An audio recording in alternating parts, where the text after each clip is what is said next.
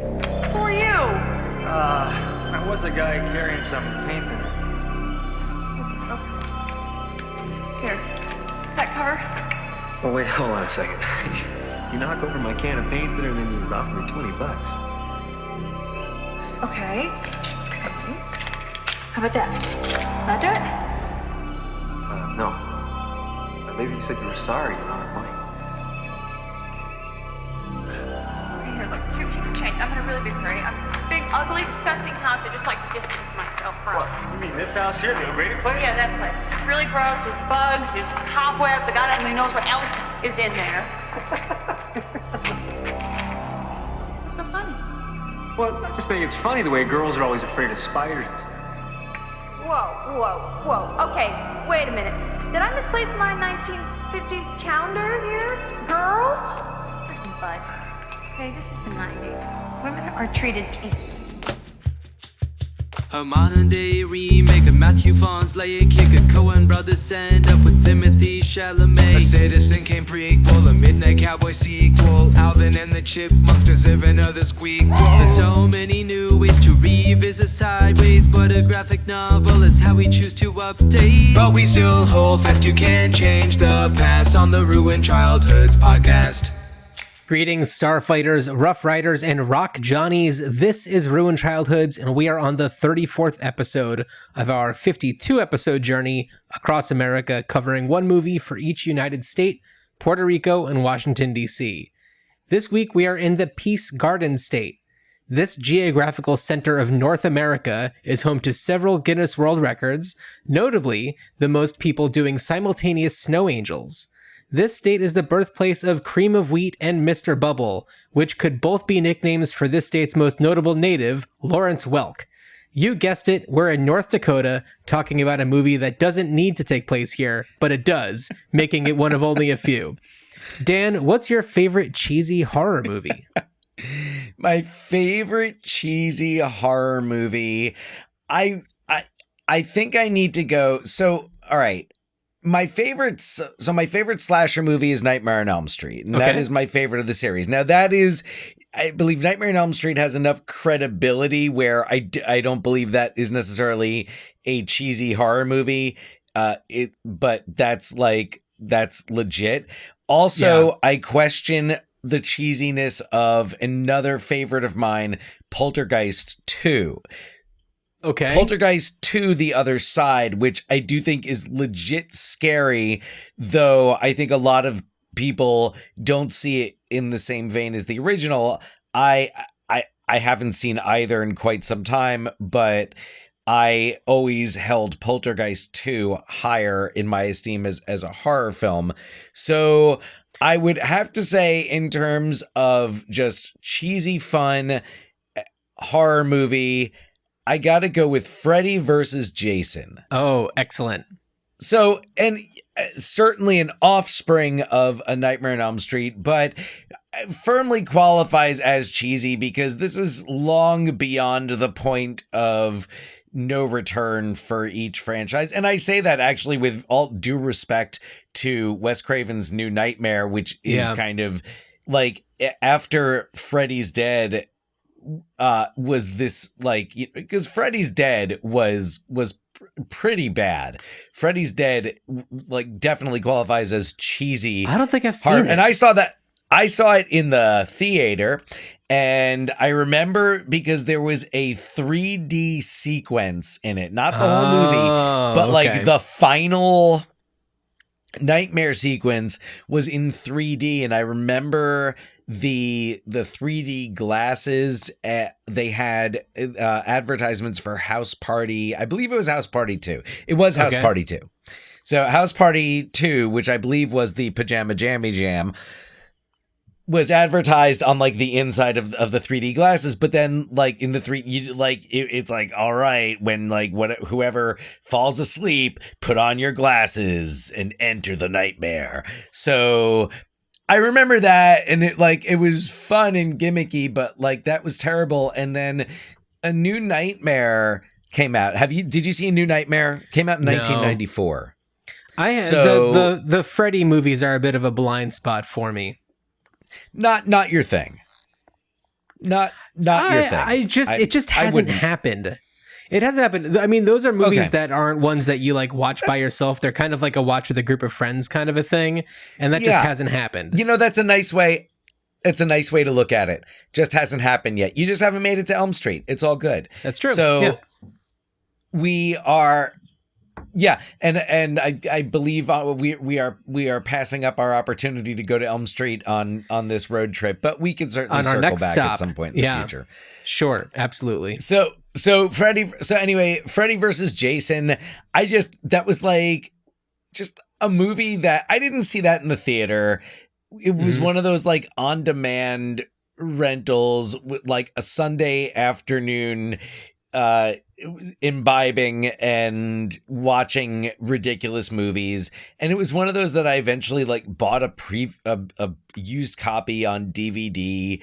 Just to kind of, I got rid of it in my last DVD purge, which I have not purged all my DVDs, but I no longer own it. But it was just like kind of one of those just fun movies, and the concept that all the kids in like where Elm Street is, I forget the name of the town, but it's like no one has nightmares anymore because all the parents have just been drugging all the kids so that like they don't have nightmares. And Freddy is like really frustrated. He's in hell and he's like, damn it. Like if these kids aren't having nightmares, I am out of a job.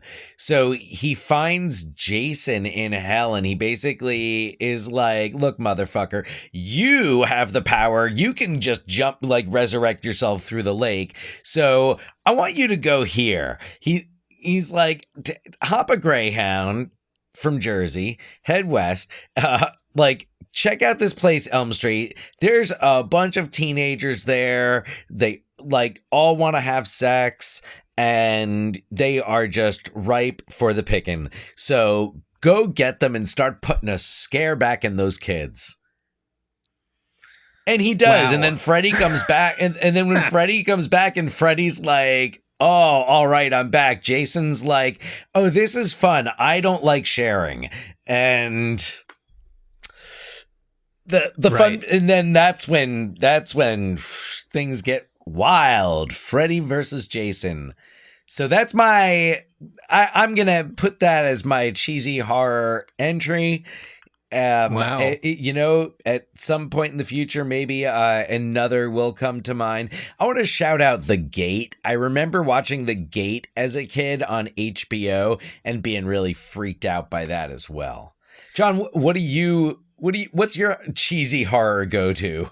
Well, I was initially thinking something like Troll 2, which is, you know, famously like, you know, the worst movie ever made. Everybody loves to watch it because it's so bad, it's good, and all that kind of stuff. And I think it's a lot of fun, but honestly, and I know that we've watched this one together, I'm pretty sure, but Sleepaway Camp, I think might be my favorite. Good call. And in that one, even though it kind of toes the line of cheesy, I think that it has... It's not like there's a character that's, you know, silly and horrific. It is, you know, a murderous child, and it has very serious implications about why they are the way that they are. So that's where I think it kind of maybe is a little less on the cheesy side and more on the, you know, it just kind of lives in its own category. I mean, it's not like it's an amazing movie or anything, but it's a summer camp slasher movie. Right. And, yeah. It's a knockoff. It's like a third generation knockoff. So, but it also spawned its own series, and it has become iconic in its own way. And I don't know. I feel like for people who enjoy horror movies, it kind of like has like a special place in their hearts. Oh, no, definitely, because as anyone who's seen it knows, it definitely goes out of its way to stand out and be, you won't forget Sleepaway Camp because it's that movie. Yes. So, it's that one. We will, and I believe also, I forget if it was the first Sleepaway Camp or if it was Sleepaway Camp 2, starred Pamela, sister of Bruce Springsteen. I did not know that. I'm going to fact check myself. I have no reason to doubt you, but that's an interesting piece of trivia. Random. Also, I just read the book about Bruce Springsteen that they're turning into a movie with Jeremy Allen White, which okay, I approve of the casting. But I just read that book. It's called Deliver Me from Nowhere. It's fantastic. I recommend anyone who's just interested in knowing. It's kind of like about what I would say it's about is how everybody involved in producing like Bruce Springsteen's records and managing his career as he went from like The River to Born in the USA made all the right choices, including Bruce. Some of them and like the biggest right choice of all being releasing the Nebraska album in its kind of demo form, the way that Bruce recorded it on this 4-track recorder with just his roadie as like an engineer and like in this house he rented in Colts Neck, New Jersey. And this book just goes into detail but it's really, and it also it talks about how like he was like the record label was expecting, like they wanted Born in the USA after The River. And that's what he was working on. And he wrote Born in the USA during the same sessions. Then he,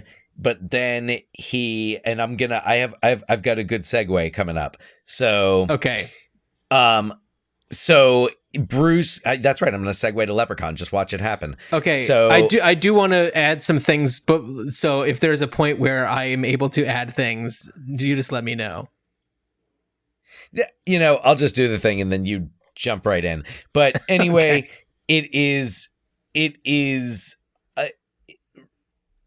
really interesting and kind of like, I think, a rare type of occurrence like in the music industry, and it's a certain type of like music biography that I'm really interested to see. I'm really interested to see how it turns out, how certain things are played, are depicted, and so I'm excited. I'm interested to see that movie as it comes out because of course Bruce had to work hard to get to the point where he could be up there in that Dancing in the Dark video, dancing with Courtney Cox, who would of course go on to co-star in Friends with Jennifer Aniston. But before we get to that, there we go. That was it. Thank you, Dan. Before we get to that, I do want to just speak briefly about, since you're talking about Bruce Springsteen, and the biopic. So first of all, and this kind of goes back to something that we were talking about on our New Jersey episode when we did Mallrats. There are certain elements of like New Jersey pride that I just don't have. And one of them is that I'm just not really a Bruce Springsteen fan. I know you're not. So I've been to one Bruce Springsteen concert. It was during this time when I was working as a security guard for at the time newly opened Lincoln Financial Field in Philadelphia, where the Eagles play. And one of the things that I did was a Bruce Springsteen concert, which was great because I got paid to be close to the stage at a Bruce Springsteen concert just across the river from, New Jersey. And so I was like, look, if I'm going to do it, this is the way to do it. Yes. Was it a lot of fun? Of course. However, the music just doesn't do much for me. And I don't really connect with the music and the way that he writes and performs. I just it just does absolutely nothing for me. ruinchildhoodspot@gmail.com. Send your hate that way. I realize he is a cultural icon, but that's just where I stand. And I have nothing against the guy. That's all. Of course not. This is not a comment on Bruce Springsteen, the person. Art is subjective. No, right, exactly. Yeah. And you know what? Sometimes on this podcast, we like to share what we're passionate about. And that to me was just something that recently came across my radar. I was not looking to, I go through Bruce phases. I was not looking for a Bruce phase. It found me, and I just wanted to share about that. But so to each their own. Sure. And so I then wanted to touch on the biopic portion of it. And I really like Jeremy Allen White. I think he's fantastic. I remembered watching him on Shameless and being really impressed by him. And then to see where he's kind of gone from there clearly has been pretty amazing. And I look forward to seeing what he comes out with. However, I have had a bit of a change of heart over the past decade or so when it comes to biopics. Because I used to just be like, love a good biopic. But now I feel like I'm getting a lot pickier. And I think that what it has to do with for me is when you do a biopic about somebody who is so visually well known, it becomes more challenging for me to kind of lose myself in this movie. I didn't have any interest in watching the Bob Marley one. I feel like his image is so iconic that I feel like the entire time I'd just be like, but I'm not getting that vibe from him. And that's why like Bohemian Rhapsody didn't work for me. I felt like Rami Malek was so trying to be somebody that we are so familiar with. Whereas a movie like, and this is, these are just examples, but like Lawrence of Arabia, I have no, visual connection to the guy. Even it's Peter O'Toole. It's Peter O'Toole. Yeah, and then also, but also, and then also, like, say what you will about the movie itself. I don't know if you've watched it, but Napoleon. Oh, wait, I think you have told me that you watched some of it. But Napoleon, even though it's like, I clearly know this is Joaquin Phoenix, one of my favorite actors, and I know that like there have been like depictions of Napoleon in the past, and everything else is just paintings. And for me, it's like, well, does he look like the guy from Bill and Ted's Excellent Adventure? No, but that's also not the guy, so that's fine. And so I think that when you are getting to people who, first of all, are still alive, like Bruce Springsteen, it becomes way more complicated. Yes. And the closer we are to reality, I think that that's where it becomes more challenging. The other exceptions I can think of where I was able to kind of lose myself in the actor's depiction, Vice, Christian Bale's Dick Cheney was amazing. Yes. The Iron Lady, Meryl Streep as Margaret Thatcher, so good. And a lot of it comes down to the makeup and just like excellent acting. Meryl. But I feel also that like the way that Bruce Springsteen lives in his body, the way that Freddie Mercury existed in his body, that is something that you can't change with prosthetics. Okay, so, and I'm going to throw in here, okay, this is a good reason to read, this is a good reason why the book got me excited for the movie, because the book, it's less about that Bruce Springsteen, and it's more about the Bruce Springsteen of the Bruce Springsteen who had an existential crisis, coming off of the River tour, and just like wanting to be alone and just needing to be off the road. So a lot of what they talk about, and I mean, like, yes, the book also does have that aspect where like they're bookending it. So that's why I'm interested to see kind of where the script is focusing on the adaptation, because it's less a biopic. I expect it to be less a biopic than a like a capsule, like a time capsule of But this, it's like a documenting of, it's a biopic, but it's not like, you know, there's gonna be some actually, yeah, there will be some, because he does talk about how Nebraska was inspired a lot by his upbringing and how songs on it were inspired by like things that he heard on the radio. But it's not necessarily the Bruce Springsteen that I would say we think of with, you know, dripping with sweat on stage. You don't think they're going to try to beaming. recapture some of that for like a scene? No, because I mean, maybe like I don't know, but I don't. Okay. I don't. We'll get to we're gonna get to Leprechaun. It. We're gonna get to Leprechaun really quick. Yes, but also yes. what I think is important to remember is that movies rarely these days are released because for their artistic merit. Movies, for the most part these days, are released to make money, and yes. What people would expect from a Bruce Springsteen movie of any sort would to have some of that sweaty moving around stage action performance stuff.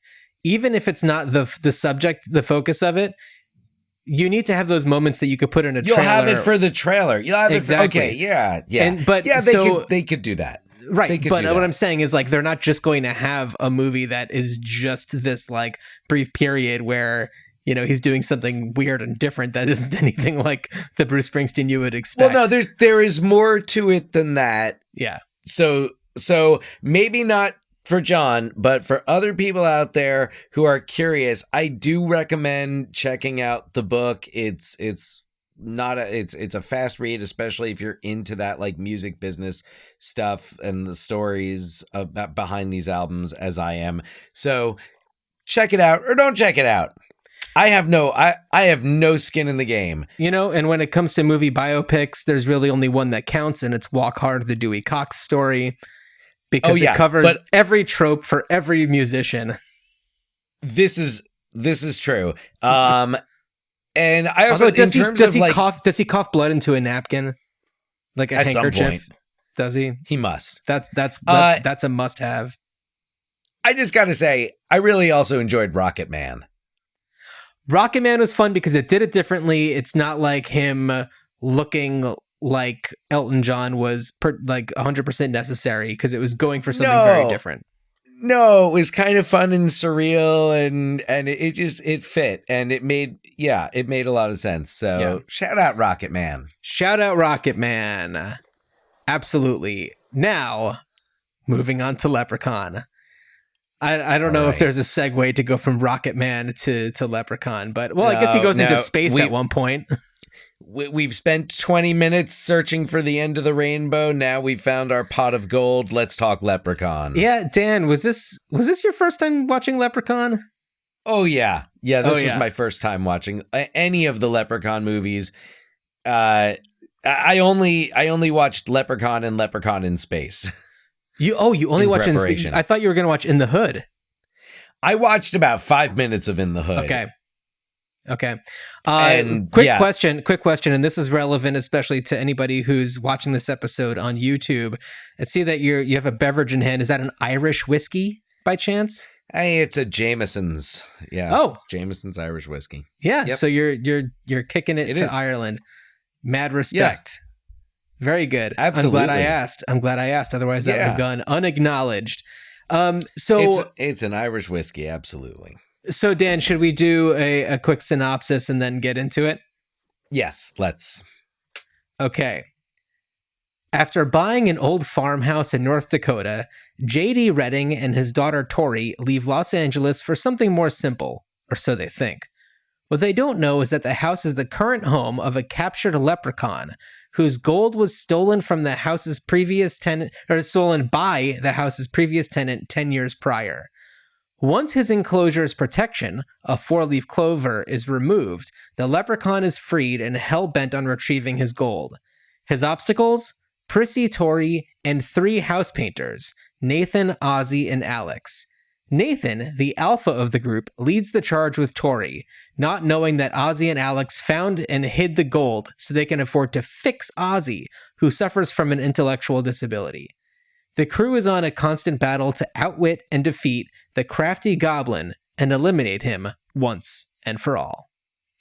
Hard to really get into exactly how batshit bananas this movie is, but let's dive in. We'll do our best. Yeah. So, first of all, the Leprechaun is famously played by the incredible Warwick Davis, Star Wars Willow, just absolutely incredible actor, and I felt was fantastic at portraying the Leprechaun. Oh, he was having so much fun. He was having a lot of fun. He was great.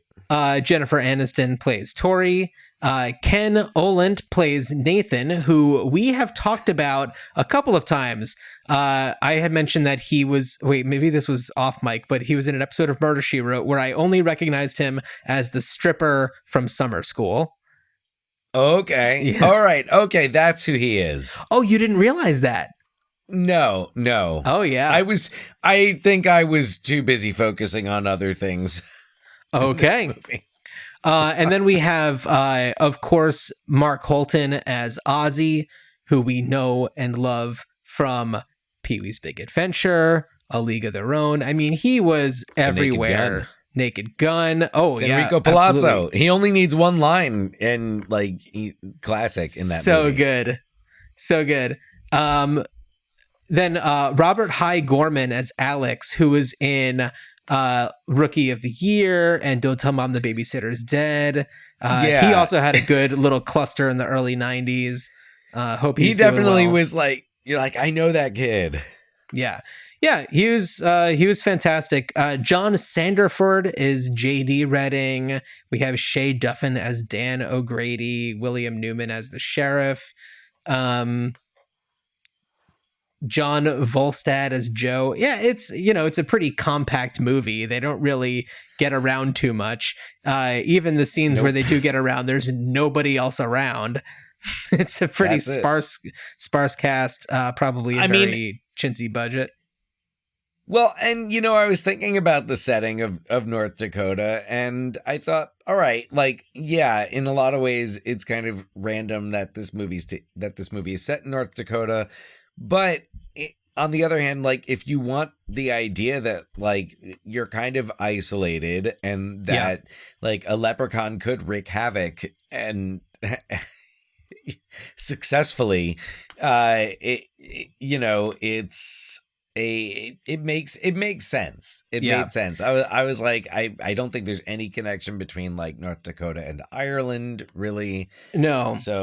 And I don't think there's really any connection to a lot of the mythology that's set up by this movie for leprechauns and actual leprechaun mythology. There's a little bit. The shoe deal. Obsessed with cleaning shoes. Yes. Yeah. Yes. Which I liked. I liked that. Yeah. No. That was a great device. Enjoyed that. And I mean, 4-leaf clovers, it is not real that they are rumored to be kryptonite to leprechauns. I believe that, the whole thing is you can take a leprechaun's gold, leprechauns and gold have some sort of association, but they're not going to kill you if you take it from them. Right. Yeah. This took it to that extreme, but I guess, that's what makes a movie like this, a cheesy horror movie. Totally. Is kind of that what if leprechauns, if you took their gold, turned into Freddy Krueger and Yeah. Which is basically what happens by the time he's in space. Oh, okay. Yeah. So essentially the leprechaun goes around this town just killing people. And there's, with the ultimate mission to get all of his gold back. And the the obstacles that they have that prevent them from actually just like fully getting the leprechaun his gold back, which first of all, they don't know why he's so violent and rageful at the beginning. But what ends up happening is, well, first of all, Ozzy swallows one of the gold coins. And then another one they brought to a gold dealer to essentially find out what it's worth. And so they kind of split up some of the gold and then hide the rest. And we should say Ozzy was biting because he saw that you could tell if it's real gold by biting it, and that's how he ends up swallowing it. Correct. He doesn't think it's like Hanukkah gelt and forgets to take the foil off. Who would do that? Totally different movie. Yeah. It's 8 Crazy Nights. However, Dan, in the Leprechaun 2, chocolate coin and like gold foil plays a role. Nice. I'm glad they held off. I'm glad they saved something for the sequel. And you know, we'll get into like the continuing legacy in a little bit, but you know, for a movie that we'll get to that in a bit. But I got to just say, Leprechaun 2, I know you didn't watch. I thought it was a lot of fun and in a lot of ways better than the first one. Clearly the first one has its own charm to it. And also the second one introduces like new mythology elements to like leprechauns. Like there's nothing in that one about 4-leaf clovers, but they do say that leprechauns can't touch wrought iron. Like that's another thing that it makes up that kind of lends to its storyline that comes back again in another Leprechaun movie. I didn't watch the space one, so I don't know if any of those kind of factor in there. Can't touch wrought iron. It's a very weird specific. Yeah.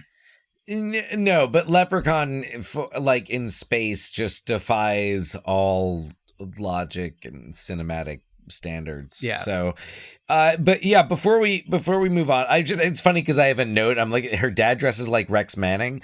It's now been a couple of weeks since I watched it. I'm like, does he dress like Rex Manning? And then a couple of other notes where I just had a brief moment wondering if Courtney Cox and Jennifer Aniston ever like talked about like, you know, Masters of the Universe, Leprechaun, what was, you know, what, by the way, my movie with a little person. Yeah, well, not just because because it was kind of like they're both their cult movies, and I feel like neither of them had really gained the credibility at that point when they would have started Friends in the mid 90s. I mean, like Masters was a classic with us, but now I think it's got more appreciation. Oh, absolutely. People go crazy for that movie. And yeah, same. Leprechaun also had been more recent. But I mean, also, Dan, before we leave Masters of the Universe, I just had to stop you real quick. But with Masters of the Universe, clearly, every single episode of this podcast starts with the sound of the cosmic key. Yes. No. Masters of the Universe is... for me, leaps and bounds beyond Leprechaun. All due respect to Leprechaun. Yes. Speaking of respect, so something I want to talk about is an interesting trend that I thought about in 1992 movies. And I know technically this was released in 1993. Yeah, it's counted as a 93 movie, but what have you got for 92? It came out like the first week in January. But it's still considered a 93. Yeah.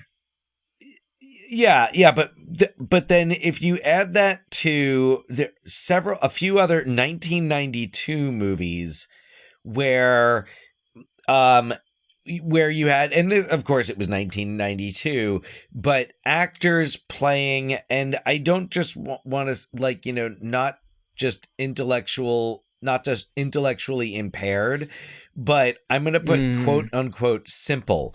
It was. Now, of course, there's the performance in there that's the prestige performance. That's John Malkovich in Of Mice and Men. Yeah. As Lenny. Mm-hmm. But then also you've got Ernie Hudson in The Hand That Rocks the Cradle as Solomon, the handyman. Jeff Fahey in the Lawnmower Man. I was gonna say Lawnmower Man. Joe. I was just Joe. thinking if that was that year. Yeah. Oh yeah, absolutely. That was that year. And then Mark Holton in Leprechaun.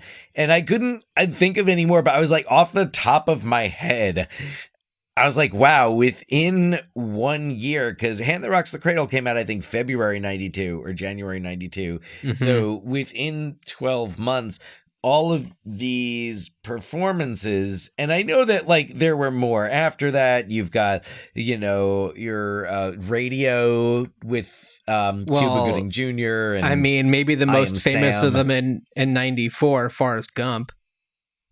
Yeah, Forrest Gump. So yeah, I guess maybe Forrest Gump is the apex of this trend. I don't know.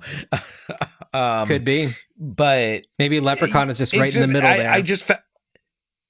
But I found it interesting because I was like Mark Holton and especially Mark Holton, Jeff Fahey, and like and like they all have like friendships with kids in it. And with Right. Ernie Hudson, it's different. Like it's not so much of a friendship, but it's it was all. I was like, it's so interesting. Why that year? Why 1992 did we have so much of that? It was a trend. There must have been something that happened in the studios where they were just saying let's like, we need a character like this. And then it just kind of became the thing. I mean, clearly a lot of these movies were probably being made at around the same time.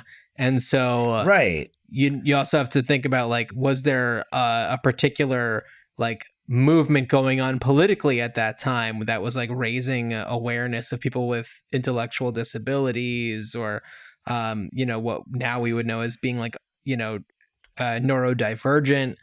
And I don't know, there are a lot of things that could be Rain Man in 88. Rain Man, yeah, Rain absolutely. Man in 88. That one probably kicked it off. Yeah.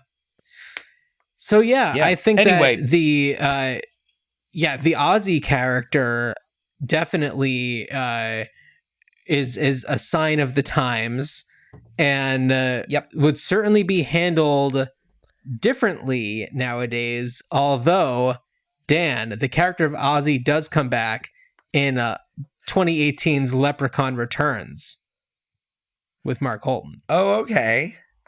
Yeah. I didn't see that one. I watched it, and it is bizarre.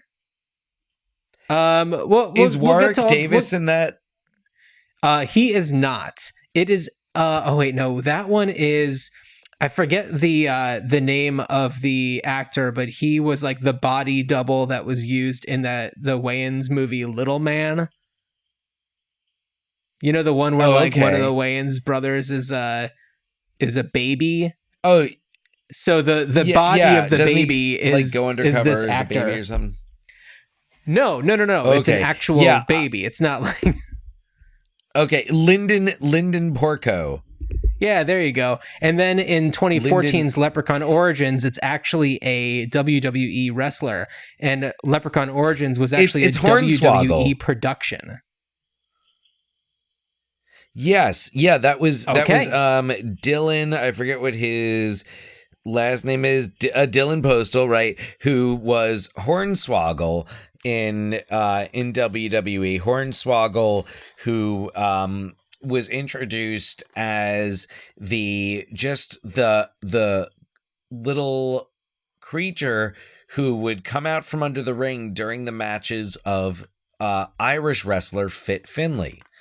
And during Finley's matches, this little thing would come out, and Finley would like get mad at it, and Finley would like pick it up and throw him. Sorry, Finley would pick him up and would throw him at the opponents and like use him as a weapon, and then he'd like scurry back under the ring, and then he kind of like became a leprechaun, and would like he did things where like he was like he would be chased. They'd be chasing him through the backstage area, and he would just like make a little door in the wall and go through, and then whoever's chasing him just runs right into the wall. Huh. So he would do I have seen Hornswoggle wrestle.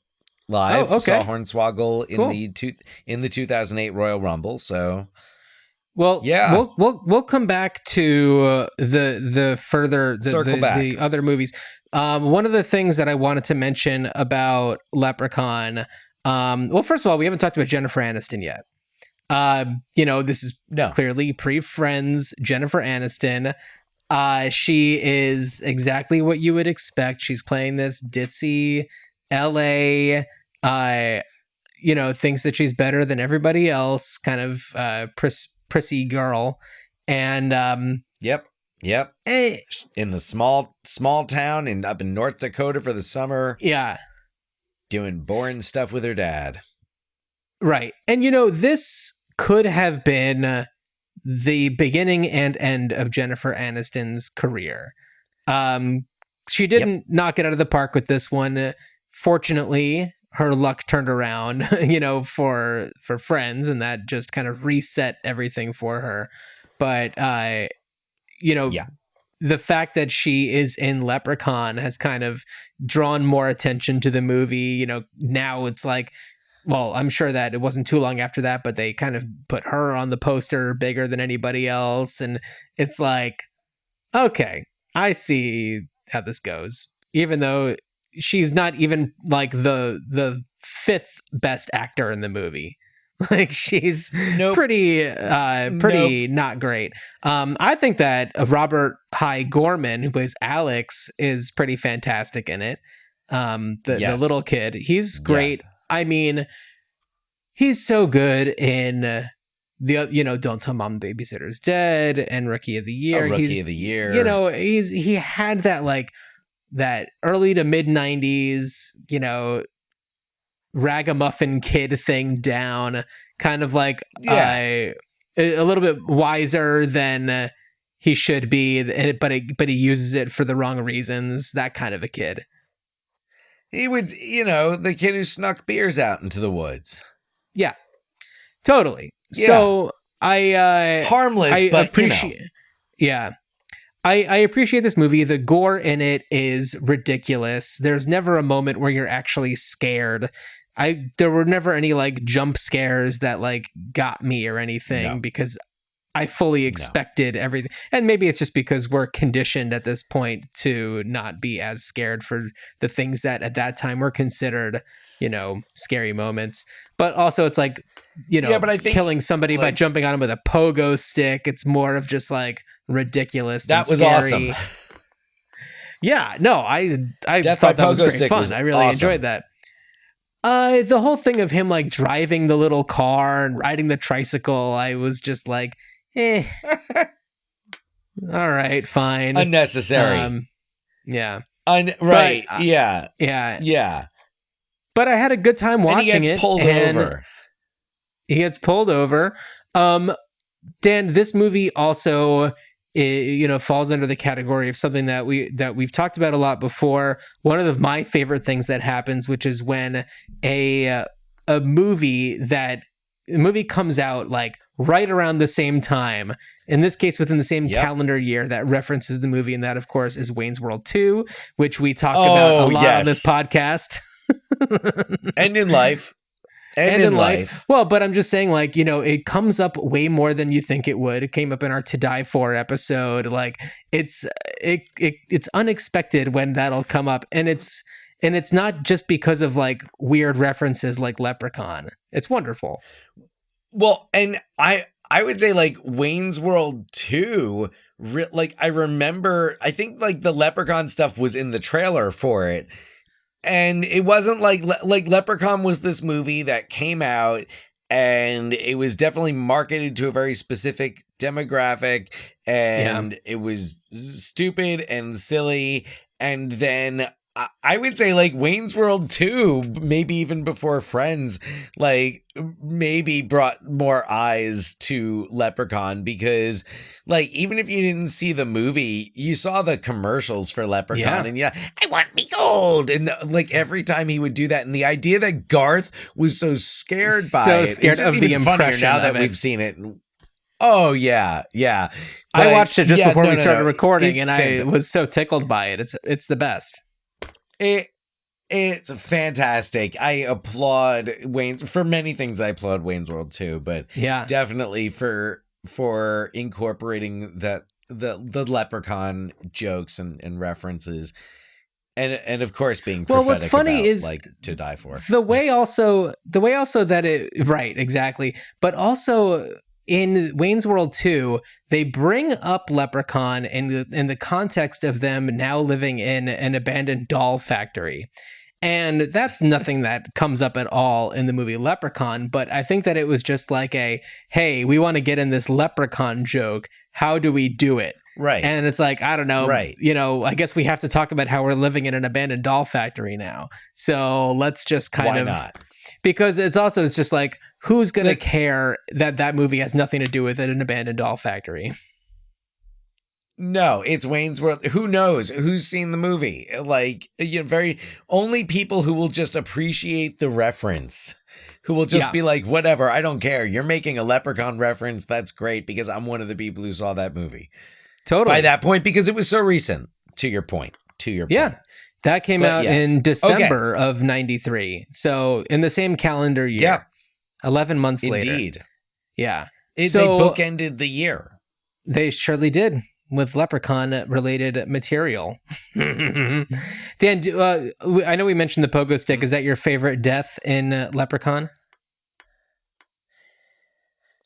Yes, that is my favorite death. I'm just double-checking my notes. Let's see. That's all for Leprechaun in Space. Yeah, no, the pogo stick is definitely that one stands out to me. That was my favorite. Did you have a different? Yes. You have a favorite? No, that was it. The others I think were a little just less memorable, or it's just kind of more benign. Just him doing his thing, and also it's like there really aren't that many kills. There's a lot of attempts. But when it comes to the kills, I mean, there's really only one that's memorable, and that's the pogo stick. So, going on from Leprechaun, the following year, 94, we have Leprechaun 2. 95 is Leprechaun 3. 97, which we'll come back to in a minute, is Leprechaun 4, in space. 2000 is Leprechaun in the Hood. 2003 is Leprechaun, back to the Hood, THA. In Leprechaun in the Hood, it's THE, but then they decided for Leprechaun back to the Hood, they'll make it THA. 2014 Leprechaun Origins, 2018 Leprechaun Returns, and then there is a Leprechaun reboot in the works that is to be directed by Felipe Vargas. That is currently happening. So, Dan, tell me a little bit about Leprechaun in Space, because I did not watch that one. Whew. Yikes. All right. So, first of all, the production quality is kind of like it's softcore porn, like production quality without really without the porn. There's some like there's some like boob, but that's it. Except for the part where the leprechaun explodes out of a guy's dick. Oh my God. Yeah. So that happens. I'm pretty sure that's what happens, because I phrased it with a question mark in my note. Did the leprechaun just shoot out of that guy's dick? Pretty sure that's what happened. Oh yeah, because that follows up the scene in the nightclub, because they're on this spaceship and it kind of gives off Starship Troopers vibes, which Starship Troopers came out in 97. So but it gives off Starship Troopers vibes.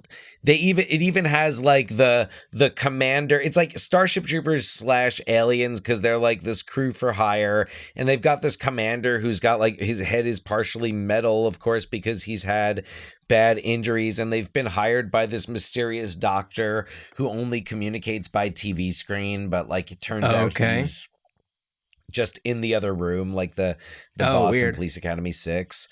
Yeah. So spoilers for Police Academy 6. And yeah. Sorry. You'll be fine. But so the leprechaun, and then like the leprechaun gets on board because like this crew they go to this planet and they like think that they're rescuing this like space princess whose blood will apparently like rehabilitate this like mad scientist doctor who is really just like a head neck and shoulder, like not both shoulders, grafted onto this like weird robotic machine.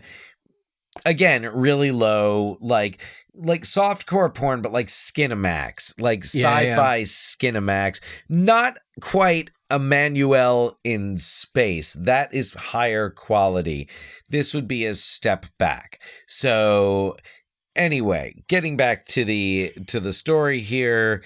So yeah, the Leprechaun gets onto the ship, I guess by bursting through this guy's dick. I forget how he gets there, but he doesn't really use an Irish accent anymore. He's just speaking with his regular British accent, Warwick Davis, that is. And they have a nightclub that looks like the Max from Saved by the Bell, and it's basically just like iMovie background music playing while and they're Marines, they're grunts, so they're just like getting drunk and that's it. And then like the Leprechaun is waiting for them, and this is where he's like Freddy Krueger. He's just kind of like waiting out for them, and at one point he's hiding out in the waste disposal system, and there's like flesh-eating bacteria in there, so the guys have to go in there wearing hazmat suits that fit them really poorly because really low budget. Weird. And they are going in, they go into the thing, and like the Leprechaun is like swinging on a chain and then like slashes this guy open, and the next thing you know, he's just like a skeleton in the suit in the like decontamination area. Yeah, and like at the end, then the princess wakes up, and like the Leprechaun is just doing anything she wants, and the two of them are teamed up together, and they're trying to wipe everybody out. Like the princess flashes her tits at everybody, and she's like, "This is the method of your destruction." And I'm like, what? And then next thing you know, they've got the Leprechaun and the Space Queen have the like commander with part of the metal head. They have him like with all this dynamite strapped to himself, and they're like controlling his mind, and they have him as the Marines are like looking for the Leprechaun and the Space Queen and the commander. They go into the nightclub, but the Leprechaun and the Space Queen are ready, and they have the commander in drag wearing a wig and a dress, and he does this number. He comes out and does this musical number and fights the Marines, and eventually one of the Marines punches him so hard he like comes out of his thing, but like there's a whole song and dance number before that. Yeah. Okay. Yeah, that's pretty much that's Leprechaun in space. I want to circle back to 94 with Leprechaun 2 really quick. I feel like we're going to bounce around a little bit because we've got some more to talk about. But I just wanted to mention Leprechaun 2. The quality is a little bit more on par with Leprechaun 1. They haven't devolved into kind of that like VHS-y kind of look quite yet. That continues on in Leprechaun in the Hood. But in Leprechaun 2, there are elements of Leprechaun 2 that I felt, there's actually some that are very similar to Masters of the Universe. There's a moment where he kind of makes somebody hallucinate into thinking that they're seeing this woman, and it turns out that what it actually is this like very large metal fan, and so when they get too close, blood, gore.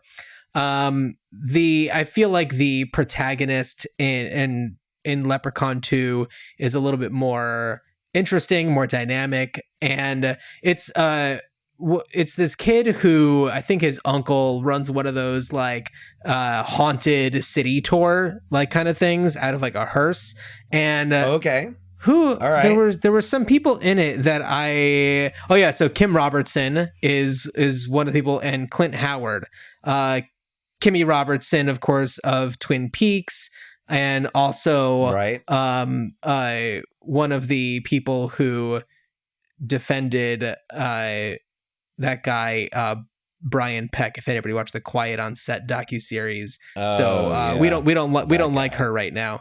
But Clint Howard is her husband. We also have Mad TV's Michael McDonald playing a small role in this one. So there, you see a few people pop up that you recognize, and this guy, his girlfriend, is captured by the Leprechaun so that he can make her his wife. And there's like but like in order for him to do that, he has to get his gold back. And of course, this guy has some of his gold or whatever. And it's this whole thing. So that one I felt was an interesting enough story. It takes us into a more of a city environment, which is fun, but not fun in the same way that Leprechaun in the Hood was when you're going to a city. And of course, that one has Ice-T in it. And it's about this like rap trio who is trying to make it by doing like clean rap, like with a positive message. And Ice-T's label doesn't want it because that's not the kind of vibe that they go for.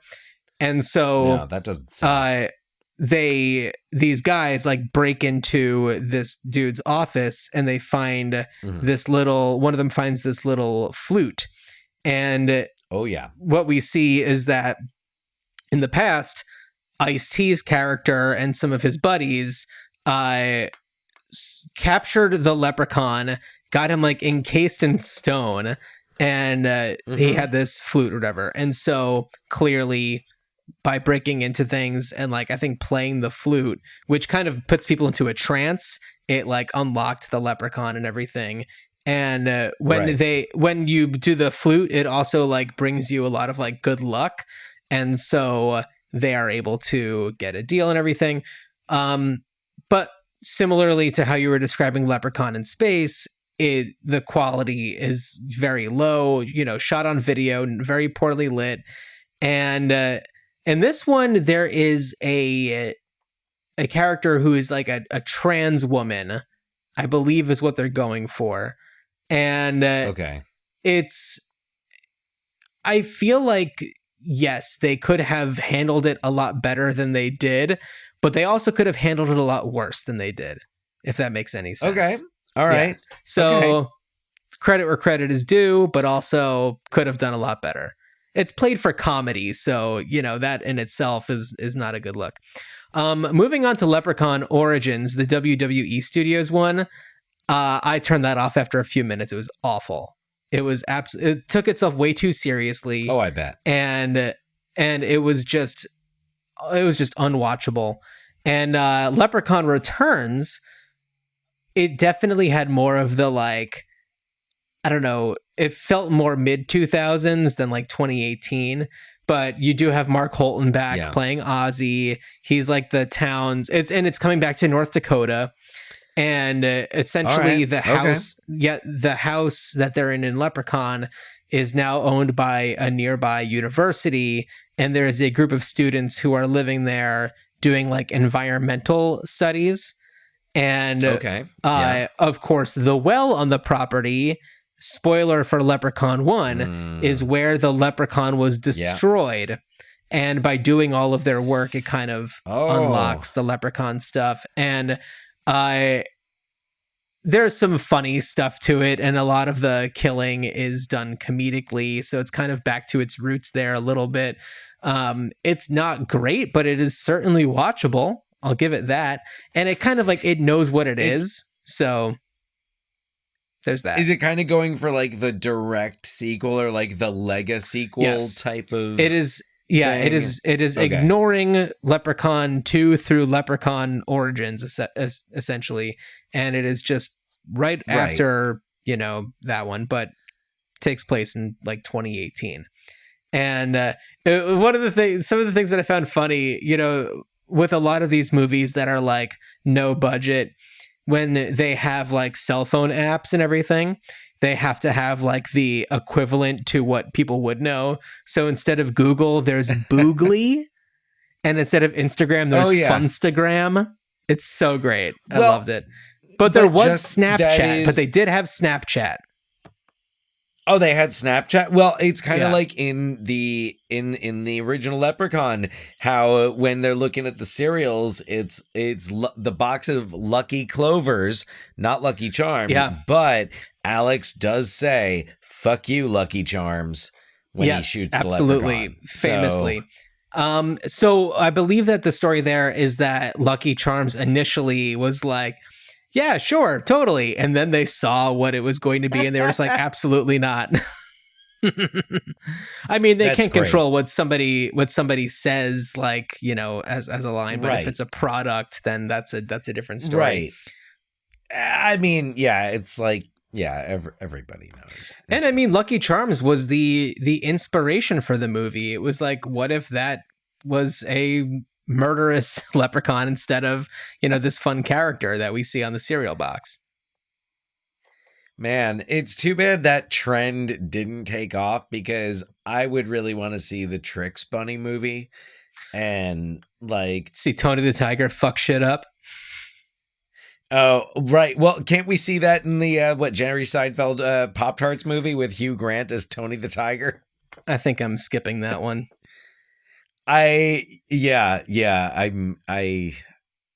gonna take I have more time. I have more time than I'd like to admit, but I don't have enough time to watch that bullshit. I definitely don't. But yeah, no, that would have been a fun and interesting trend, because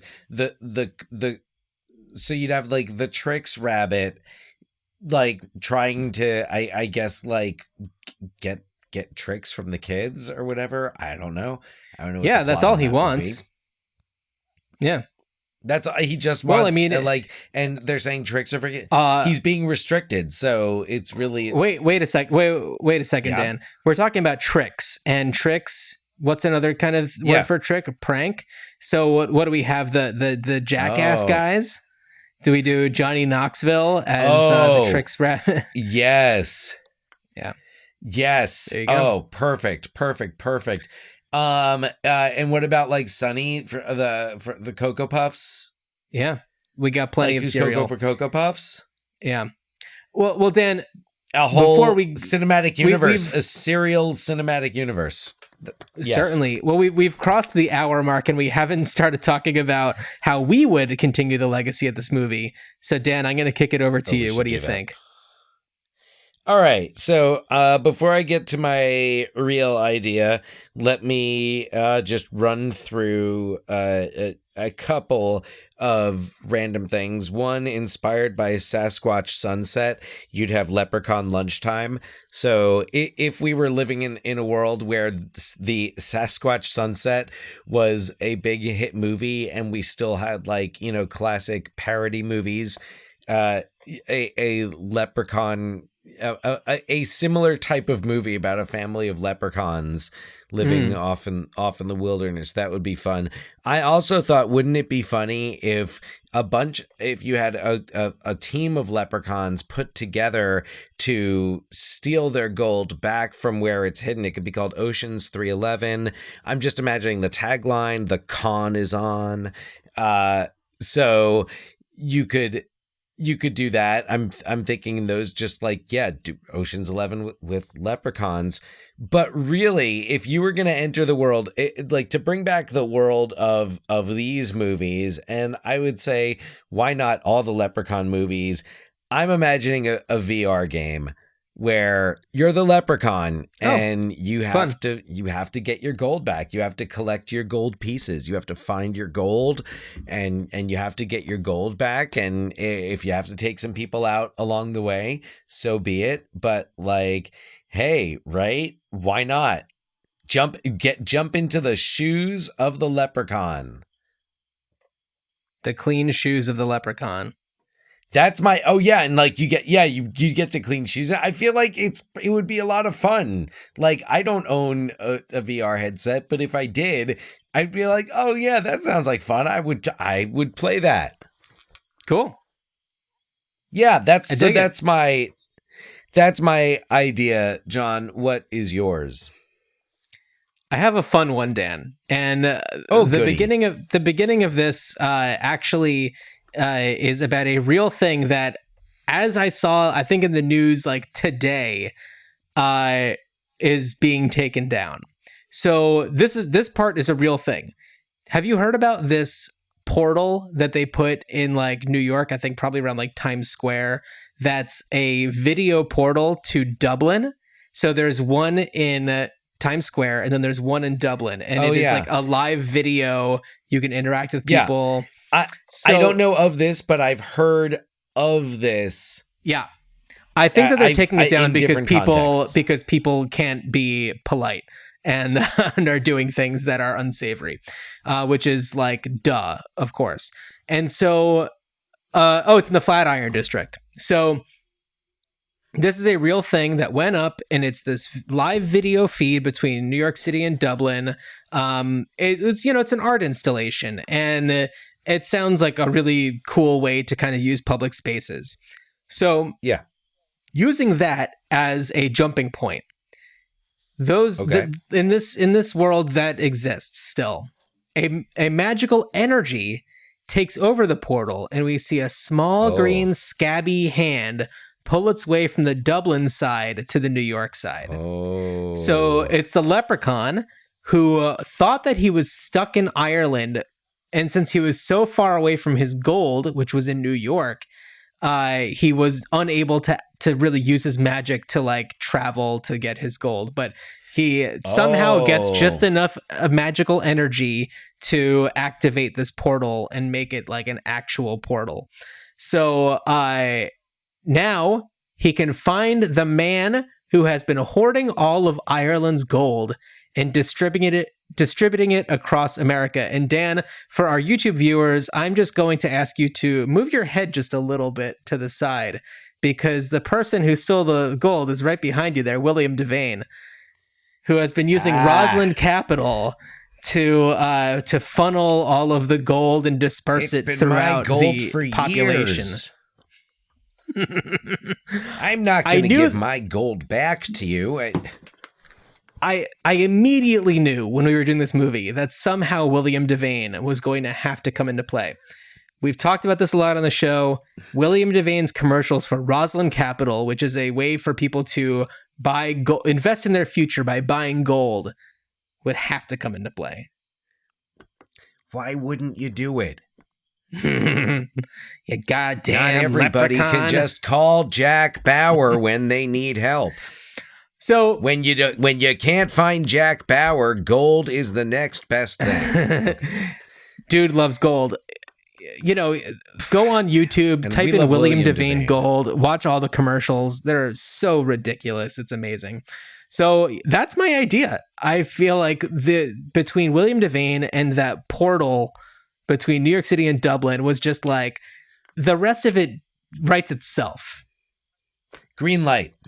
A bright green. We don't even need a script. 4-leaf clover light. Yep, absolutely. Green. I like the idea. I wonder, like, the idea that, like, if the gold was close to, like, if William Devane's office was in the Flatiron building, and if it was like, the gold is so close to the portal that the Leprechaun's like, wait a second, I can feel the magic, and it's just that's a fun idea. Look at where Roslyn Capital is. The Roslyn Capital HQs are in LA. Yeah. So if any of you have an amazing idea for Leprechaun, how you would like to bring it back, email us ruinedchildhoodspod@gmail.com. Check out ruinedchildhoodspod.com for a bunch of fun stuff. Links in this episode's description. Yes. Also, give us a review on Apple Podcasts, Spotify, whatever you're listening on. If you give us a 5-star review on Apple Podcasts and email us to let us know that it is you, I will gift you a lifetime premium subscription to my documentary discussion forum, The Walt, thewalt.substack.com. Worth its weight in gold. Me gold. And Dan, why don't you tell everybody what we're going to be covering on our Ohio episode? So, Ohio, yes, we are going to be visiting the town of Clyde, Ohio. And that's where a movie called Welcome Home, Roxy Carmichael takes place. This little movie came out in 1990. It was directed by Jim Abrams of Hot Shots Airplane fame and starred Winona Ryder and Jeff Daniels, also Francis Fisher, Dinah Manoff, Stephen Tobolowsky. So a interesting little film, interesting little movie that looking forward to. We also get Beth Grant, one of our favorites from the Joel Schumacher Players, making a small performance in this one. She does pop up there. So yeah, little movie, just kind of like slipped under the radar back there in 1990. So yeah, we're going to chat about that. Looking forward to it. I'm looking forward to it too, Dan. Well, as you are riding into town on your tiny little tricycle, I wish you a good journey. Good journey.